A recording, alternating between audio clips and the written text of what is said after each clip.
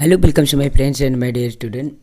तो आप सामने जो वीडियो है वो पता चल गई होगी क्योंकि आप थंबनेल देख करके ही आए होंगे। तो यहाँ पर आज हम इम्पोर्टेंट क्वेश्चन के बारे में कुछ बहस करेंगे। साथ ही साथ आपका जो यूपी बोर्ड ने मॉडल पेपर जारी किया है, जिसके आधार पर आपका मॉडल पेपर अगर आप देख लेते हैं, लगा लेते हैं, तो आपको जो पेपर आएगा उसमें से बहुत सारे क्वेश्चन मिलने वाले हैं। क्योंकि वो खुद यूपी बोर्ड ने जब उसे पेपर को दिया है तो आशा है कि उसमें से आपको मिलेंगे। और आशा क्या उसमें मिलने वाले हैं, ये बात आप ध्यान रखिएगा, ठीक है। तो क्या करते हैं, यहाँ पर हम कुछ पहले पॉइंट्स बता देते हैं कि आपको अभी से किन किन चीज़ों को, कौन कौन सी ऐसे प्रश्न हैं, ऐसी चीज़ें हैं जो हम याद कर लें कि आपका मान कर चलिए 70 अंक जो है आपका, उसमें से आप कम से कम 45 मार्क्स ज़रूर लें। 45 मार्क का ये टारगेट है यहाँ पर जो हमने दिया है। इसको आप अगर इतना कर लेते हैं, इतना याद कर लेते हैं, तो आप कहेंगे कि हाँ 100% हमने क्या दिया है जड़ी। इस जड़ी को आप याद करिए अभी, केवल बस ध्यान रखिएगा, इसको आप अभी याद कर लीजिएगा। कैसे कैसे क्या करना है मैं बताता जाऊंगा, और साथ ही साथ मॉडल पेपर को मैं अभी सामने आपके दिखाता हूँ आखिर कितने इतने इतने मार्क का भी आया है और कौन कौन सा क्या चीज़ आ रही है। देखिए, सबसे पहले इसमें क्या है, जीवन परिचय और कवि परिचय। तो जीवन परिचय और कवि परिचय जो कि 3 अंक का ये भी रहेगा और 3 अंक का ये भी रहेगा, तो कुल मिलाकर 6 अंक का आएगा।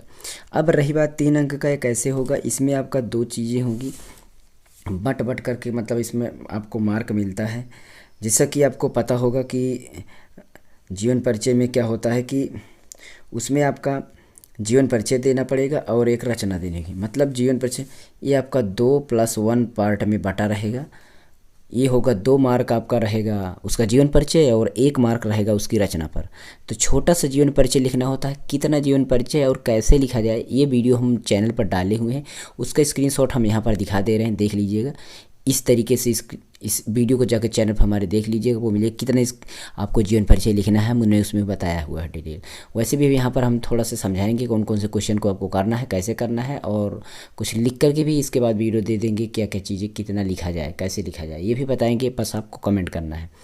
तो इसके बाद आपको रस छंद अलंकार पढ़ना है। रस छंद अलंकार आपको पता ही होगा कि रस भी आपका 2 नंबर का और छंद भी 2 नंबर का, और दो भी वो सॉरी अलंकार भी 2 नंबर का, और सभी 2 नंबर में आपको क्या करना है, परिभाषा और उदाहरण सहित याद कर लेना है, ठीक है। उदाहरण सहित परिभाषा को याद कर लेना है। ये आपका 8 नंबर का हो जाएगा। एक पाठ्य पुस्तक श्लोक याद कर लेना है, जो कि वेरी इंपॉर्टेंट है और आएगा आपको ज़रूर लिखने के लिए। और उस श्लोक को याद करिएगा जो आपको कभी भी उस पेपर में ना मिले। उस श्लोक को याद करिए कि आपको ऐसे श्लोक को याद कर लीजिए यार जो कभी पेपर में आता ही ना हो, उसी तरीके से आप याद कर लीजिएगा। उस पाठ्य पुस्तक मतलब उस पेपर में ना आया हो, ठीक है, अपने पाठ्य पुस्तक से याद करना है। ये 2 नंबर का हो जाएगा। खंड काव्य पर आधारित पर खंड काव्य का जो प्रश्न होता है आपको पता ही होगा। जैसे कि आपको पता होगा कि खंड काव्य के प्रश्न आपके हाई स्कूल में तो आपको पता ही होगा कि कर्ण का है, मेवाड़ मुकुट है, जय सुभाष है, उसके बाद जोत जवाहर है, मुक्तदूत है। तो ये जो खंड काव्य होता है ये 3 नंबर का रहेगा। ये आपका जिला वाइज आपको अपने हिसाब से याद करना है, ठीक है। ज़िले के आधार पर इसको याद कर लेना है। जैसे ज़िला है, अपने ज़िले को आप कोई बुक लिए होंगे उसमें पता चल जाएगा, ठीक है। उसके बाद गद्यांश पद्यांश संदर्भ सहित व्याख्या, इसको मैं पीछे करता हूँ, भी इसको मत ध्यान दीजिए, पहले इसको देख लीजिए। एक विषय पर निबंध लिखना, आपका निबंध रहेगा 5-6। तो उसमें आपको एक विषय पर निबंध याद करना है, ठीक है। एक विषय पर निबंध याद कर लीजिएगा, जो कि हेडिंग सहित यूज करना है। रूपरेखा, प्रस्तावना, सारी चीज़ें हेडिंगों का यूज करते हुए आप एक निबंध लिखेंगे बहुत अच्छी तरीके से, जिसमें कि आपको मार्क मिलेगा 6 अंक का। हेडिंगों का अच्छी तरीके से यूज करिएगा, अच्छे कलमों का यूज करिएगा, अच्छी राइटिंग का यूज करिएगा, तो आपको 100% मार्क बढ़िया मिलेगा। बचता है गद्यांश पद्यांश। तो गद्यांश और पद्यांश का ससंदर्भ सहित व्याख्या, कैसे ये ससंदर्भ सहित व्याख्या होता है इसको मैं बताता हूँ। इसमें क्या है कि ससंदर्भ सहित व्याख्या में आपका ए बढ़ता है, गद्य वाला आपका बढ़ता है 2+2+2, ठीक। मतलब 2 आपका संदर्भ, 2 प्रसंग और 2 व्याख्या, इसके आधार पर। तो अब व्याख्या संदर्भ प्रसंग व्याख्या क्या हो, तो उसमें आपका क्वेश्चन पूछा रहता है, 3 क्वेश्चन रहेगा।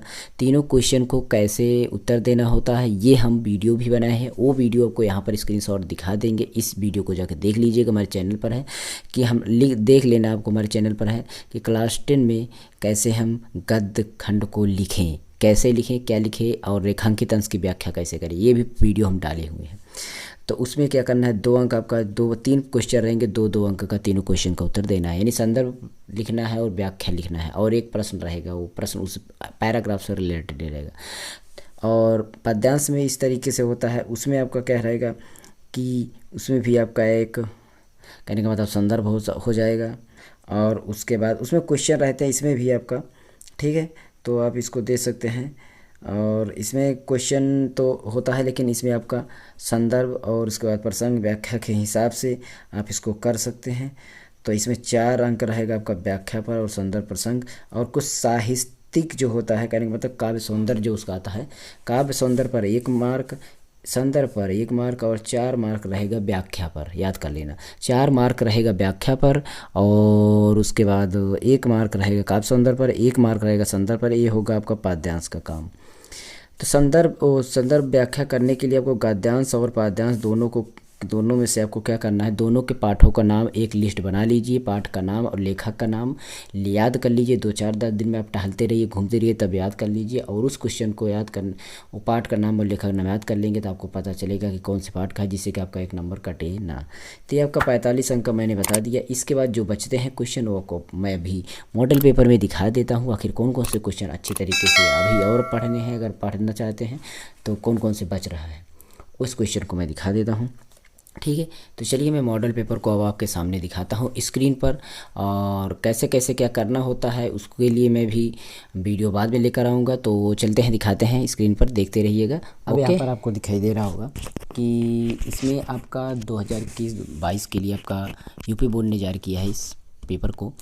तो क्या क्या चीज़ें कैसे हैं, ठीक है। यहाँ पर देखिए 15 मिनट आपको पढ़ने के लिए दिया जाएगा, एक्स्ट्रा टाइम आपको मिल रहा है।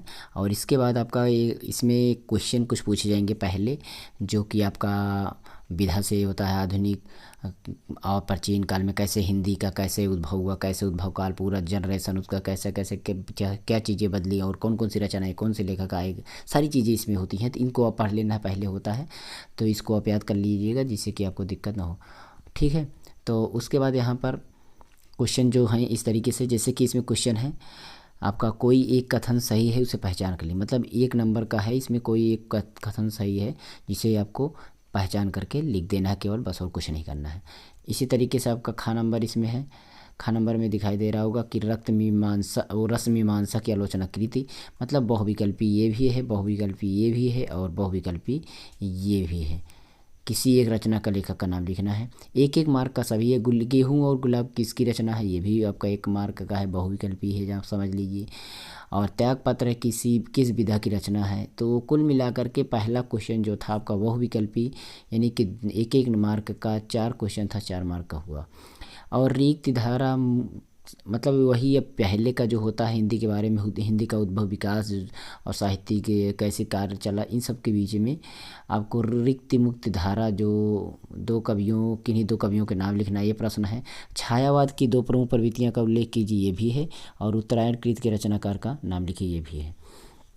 इसके बाद आपका निम्नलिखित गद्यांश में किसी एक के नीचे आपका प्रश्नों का उत्तर दीजिए, यानी ये आपका गद्य है, गद्य आपको दिखाई दे रहा होगा कि ये पूरा पूरा गद्य है। भिन्न भिन्न धर्मों को मानने वाले सारी दुनिया के देशों में बसे हुए तमाम ये चीज़ें। तो क्वेश्चन नीचे आपका है, पहला क्वेश्चन क्या है, उपयुक्त गद्यांश का संदर्भ लिखिए, मतलब 2 अंक संदर्भ पर। और रेखांकित अंश की व्याख्या, जो रेखांकित ये इतना है इसको व्याख्या करना पड़ेगा सभी का, और इसके लिए आपको मिलेगा, ठीक है, 2 अंक मिलेगा। और उसके बाद भी आपका उपयुक्त गद्यांश में भारत की बोलियों और संप्रदायों के संबंध में लेखक ने क्या बताया है, कुछ विशेषताएं बता देना है इस क्वेश्चन में। तो ये 2 अंक का भी कुल मिलाकर 6 अंक का रहेगा, 2-2 अंक का। अथवा में रहेगा 2 पैराग्राफ रहेंगे, तो 1 ही पैराग्राफ आपको करना होगा, याद रखना। अधिक पैराग्राफ के आपको करने की ज़रूरत नहीं है कि आप कर दें, 1 ही प्रश्न करना है उसमें से।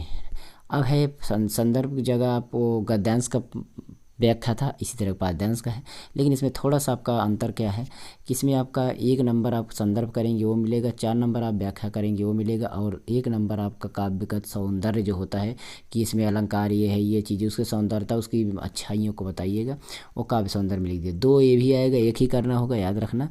उसके बाद लेखक जीवन परिचय है, लेखक जीवन परिचय या कवि जीवन परिचय, दोनों में आपका 2 अंक रहेगा जीवन परिचय पे, और 1 अंक रहेगा आपका क्या, उसकी रचना पर, ठीक है। उसके बाद आपका इस तरीके से कवि और कहने का मतलब लेखक दोनों का परिचय हो गया। उसके बाद आपका आएगा क्या, जो हिंदी में संस्कृत होता है, आपको पता ही होगा संस्कृत, तो उस संस्कृत का आपका एक संदर्भ व्याख्या आएगा, सॉरी अनुवाद आएगा। तो उसको संदर्भ लिखने के बाद कौन से पाठ से लिया गया है, क्या चीज़ें हैं, कैसे पूरा बता देना है। उसके बाद आपको उसका अनुवाद कर देना है। ये 2 भी रहेगा, एक पद्य रहेगा, एक गद्य रहेगा। तो आप पद्य वाले पाठ को याद कर लीजिएगा, पद्य वाला पाठ क्योंकि एक ही पाठ है, उसमें से अधिक आता है, उस पाठ को याद कर लीजिएगा। उसके बाद आपका यहाँ पर श्लोक है, श्लोक मैंने बोला एक श्लोक याद कर लीजिएगा, 2 नंबर आपका पक्के हैं। उसके बाद कुछ प्रश्नों को संस्कृत में उत्तर देना है, तो संस्कृत अगर पढ़े होंगे तभी उत्तर दे पाएंगे, ना पता हो तो आप 1-1 नंबर का 2 क्वेश्चन करना होगा, जो कि क्वेश्चन आपका 5 या 6 रहेगा, ठीक है। उसके बाद हम आगे देखते हैं, आगे उसके बाद है करुण और हास्यरस की अस्थाई भाव का परिभाषा बताइए, उपमा और रूपक अलंकार परिभाषा उदाहरण बताइए, सोठा और रोलक। कुल मिलाकर रस छंद अलंकार को 2-2 नंबर का उदाहरण सहित याद कर लेना है। उसके बाद उपसर्ग और प्रत्यय आते हैं, उपसर्ग और प्रत्यय आपको पता है, यही बार बार आते हैं, इन सबको याद कर लीजिएगा। इतना ही आपको फिर से मिलेगा, एक ना एक मिलेगा, 100% ये नोट कर लीजिए। इसके बाद आपका क्या है कि कोई समास विग्रह बताना है, प्रत्यय हो गया, उपसर्ग हो गया। प्रत्यय क्या होता है, जो पीछे लग जाता है, देखे होंगे ये ना, पन, ईक, ये सारी चीज़ें। उसके बाद समास विग्रह ये भी है आपका सामने, इन सबको समास विग्रह एक एक करके करना है, 2 ही करना है, चाहे जितने रहें आपको 2 ही, 1-2 लिखा रहेगा कितना करना है। उसके बाद आपका तत्सम रूप आ गया, पर्यायवाची आ गई, 2 1-1 मतलब 2 करना है, तो 1-1 मार्क का रहेगा, तो 2 अंक का रहेगा। इसके बाद संधि विच्छेद आता है, संधि विच्छेद भी आपका 2 करना रहेगा, 4 दिया रहेगा, 2 कर देंगे। और उसके बाद चतुर्थी विभक्ति एवं द्विवचन का रूप लिखिए, ये आपका विभक्ति और वचन आ गया, ये भी आपको बहुत पूछा जाता है, विभक्ति और वचन। उसके बाद लट लकार, लोट लकार, मध्यम पुरुष, उत्तम पुरुष, ये जो चीज़ें होती हैं उनके लकारों को बताना है, ये चीज़ें याद कर लेना है। अगर आ जाए ठीक है, नहीं तो कोई बात नहीं। उसके बाद किन्हीं तो वाक्यों के संस्कृत में अनुवाद किए, संस्कृत में अनुवाद करना है इन सब का, जैसे आप इंग्लिश में करते हैं उसी तरह संस्कृत में अनुवाद करना है। उसके बाद आपका है कि किसी विषय पर निबंध लिखना है, एक विषय है आपका कोई भी, इन सब में 5 में 4 में 4 रहेगा, कोई एक कर देना है अपने हिसाब से अच्छी तरीके से। और उसके बाद आपका 12 नंबर क्वेश्चन है, जो खंडकाव्य है, अपने ज़िले के हिसाब से आप खंडकाव्य को कर लीजिएगा, ज़िले के हिसाब से आपको खंडकाव्य मिलेगा।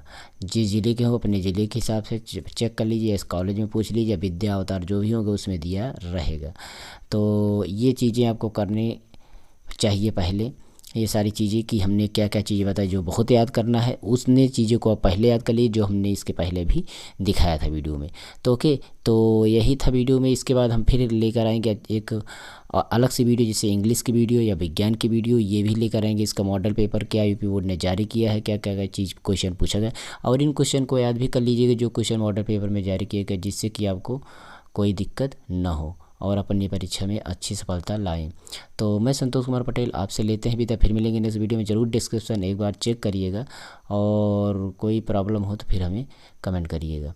ओके, चलते हैं। टेलीग्राम चैनल ज्वाइन कर लीजिए, इसका स्क्रीनशॉट भी दे देंगे, सॉरी इसका PDF भी दे देंगे, क्या क्या चीज़ें याद करना है। चलते हैं, कल मिलेंगे। नमस्कार, जय।